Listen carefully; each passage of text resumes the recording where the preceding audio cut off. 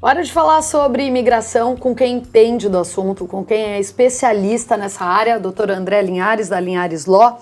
A gente conversou mês passado, né, doutor André, sobre a possibilidade dos custos, né, das custas, enfim, cada um fala de um jeito, mas desse custo aumentar, né, o custo do processo de imigração e tal, aumentar. Como é que está isso nesse momento? O senhor tem notícias boas ou ruins?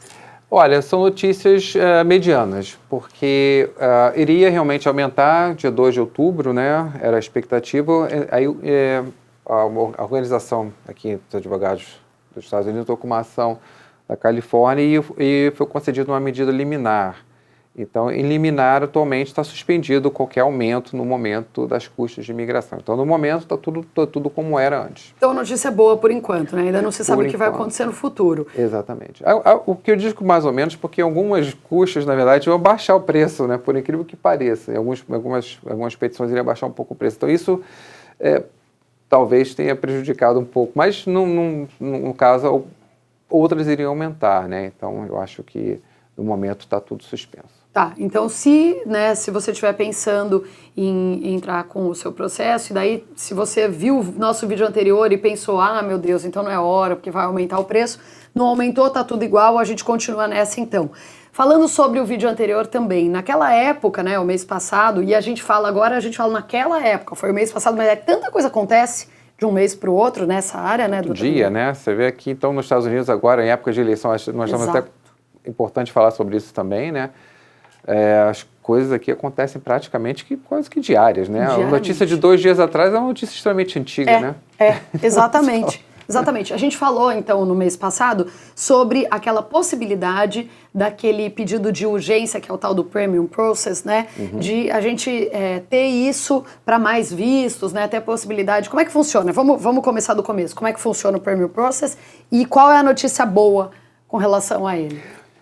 Esse mecanismo, né, que é o Premium Processing, você paga uma taxa, né, extra para a imigração, para eles avaliarem o teu processo muito mais rápido. Então, você vocês tiram o teu processo dali, jogam para uma outra equipe para acelerar bastante. Acelerar, quando a gente fala acelerar, em quanto tempo? Dependendo do visto, ele pode ser de 15 a 60 dias. Então, você pode, 15, 40, 60 dias, você pode ter uma resposta definitiva dentro desse prazo. Sim, mas o que antes demoraria quanto tempo? Pois num caso pode ser 6, 7, 1 ano, você pode realmente encurtar. Pode sair até 2 meses, maravilhoso. Pode ser até 2 meses. Tá, a gente tinha comentado sobre essa possibilidade disso ser estendido para vários vistos e o doutor André tem uma notícia boa para quem, então, está querendo entrar com EB2. O que acontece é o seguinte, a princípio, né, esse projeto vai contemplar também, ainda não entrou em vigor, mas acreditamos que vai entrar em vigor, não tem muito porquê, bom, a gente nunca sabe, mas nós temos essa expectativa. Irá contemplar também aplicantes do visto EB2, NW, que não era possível, né, era o Premium Processing, né, era voltado só para alguns vistos específicos, algumas categorias específicas, não para todas. Então, o EB1 NW era uma que não era contemplada. Né? O EB2, na verdade, não era contemplado. Nesse caso, agora, ele está incluído nessa lista. Então, ele vai passar a ser contemplado. E também outro visto que é muito comum é a pessoa que tinha o L1, por exemplo, né? E entrava com o EB1, que é o Green Card, também não era contemplado nesse caso. Isso era dobradinha, L1 e EB1. Então, querendo também contemplar esse processo. Doutor André, ele fala EB1, L1 o dia inteiro, então para ele é muito óbvio tudo isso que ele está falando, mas não é. Então vamos explicar. O EB2, EB1, L1, o que são então, doutor André? O L1 é um visto de trabalho, né? Que as pessoas vêm com esse visto de trabalho aqui, que é o executivo. Exatamente, que é o executivo ou o gerente que é transferido para cá. E normalmente, né, depois de um tempo, a gente aplica para o Green Card, que é igualzinho, que é a mesma característica. O EB1 característica do gerente executivo. Então, nesse caso específico, ele não havia essa possibilidade. Agora vai ver. O EB2NW é o famoso EB2NW, que é o visto de interesse nacional. Todo mundo está de olho nesse EB2, porque hoje, a gente já falou aqui várias vezes, né, é um visto que dá uma oportunidade para várias áreas, né, não importa o setor onde você atua, e desde que você tenha um diferencial, né, desde que você seja muito especialista, digamos assim, na sua área? É o melhor visto possível e imaginário, né? Porque você se peticiona, né? Então você não precisa de um empregador e você vai direto para o Green Card, né? Se você tiver essa qualificação para o visto, é realmente um visto. Ainda mais você tendo essa qualificação para esse visto. Se passar esse premium processing, né? Rapidinho você tem tudo, Green Card na mão. Maravilhoso. Gente, você pode estar com o Green Card aí, né? Super rápido. Muito rápido mesmo. Agora, doutor André, você mesmo disse agora há pouco, a gente está no período eleitoral aqui nos Estados Unidos, né? E aí as pessoas ficam se perguntando o que é que vai mudar se um ou outro vencer a eleição. Então, muita gente acredita que as coisas para o imigrante vão melhorar caso o Biden vença, ou vão piorar caso o Trump se reeleja. O que a gente pode esperar dessa eleição? Olha, eu acho que depende muito da posição do imigrante, né? O imigrante que tem uma intenção mais de vir de uma forma um pouco mais carente, digamos, financeiramente e tal, a princípio talvez seja um pouco mais benéfico, né? O Partido Democrata ele tem mais a característica social, meio de, né, um pouco mais, como eles mesmos se colocam, um pouco mais de esquerda, né? Isso não sou eu que coloco, claro. O Partido Democrata se coloca como um partido de esquerda. No caso do profissional, que está querendo vir realmente, né, do investidor profissional, isso, a princípio, eu não vejo mudança nem de um, a princípio eu não vejo mudança nem de um nem de outro, no momento. Independe.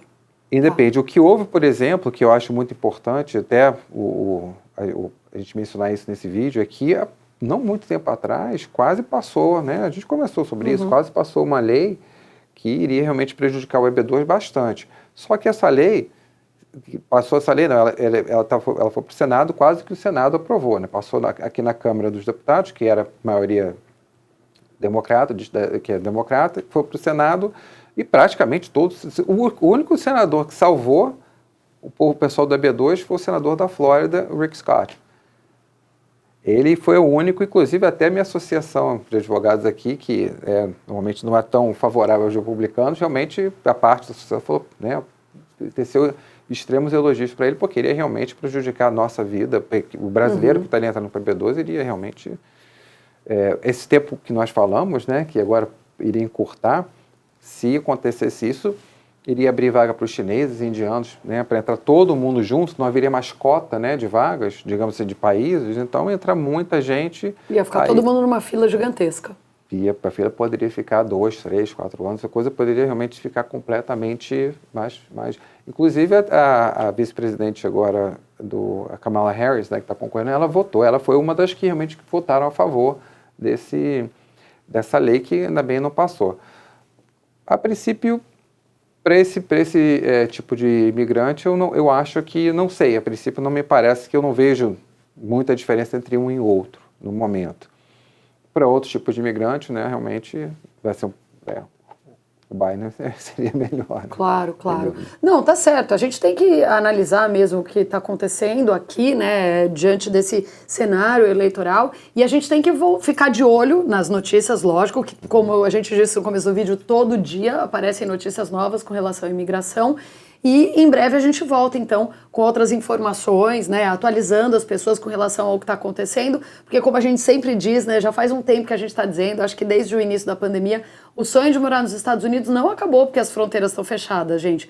Muito pelo contrário, é hora sim de você dar um primeiro passo aí, procurar o seu advogado de imigração, da entrada, né, na documentação toda, porque é um processo longo. Mesmo. E muito importante isso, né, Patrícia, só para a gente concluir rapidamente, é a questão que as fronteiras hoje estão fechadas, mas realmente elas devem reabrir ano que vem. O que tudo indica que essa medida provisória do Trump ela vai até 31 de dezembro. Então, ou ela será renovada ou ela irá cair. Então, tudo que tudo indica que se não houver outra crise mundial de Covid, enfim, que tudo indica que as coisas devem retornar a uma certa normalidade ano que vem. Então, para quem tem essa intenção, esse sonho, não pensem que a questão da fronteira está fechada, isso vai impedir, porque não tem como. O mundo vai ter que voltar ao normal, né? Não tem como a gente ficar eternamente numa numa situação como essa. Claro. Tá certo. A gente volta, bom, vocês sabem, né, que informações sobre imigração o doutor André tem de sobra e a gente volta a qualquer momento aqui a gravar vídeos para, né, deixar. Se tiver alguma emergência, a gente grava de emergência. Veio correndo aqui. Combinado. Obrigado, doutor André. Obrigado a você.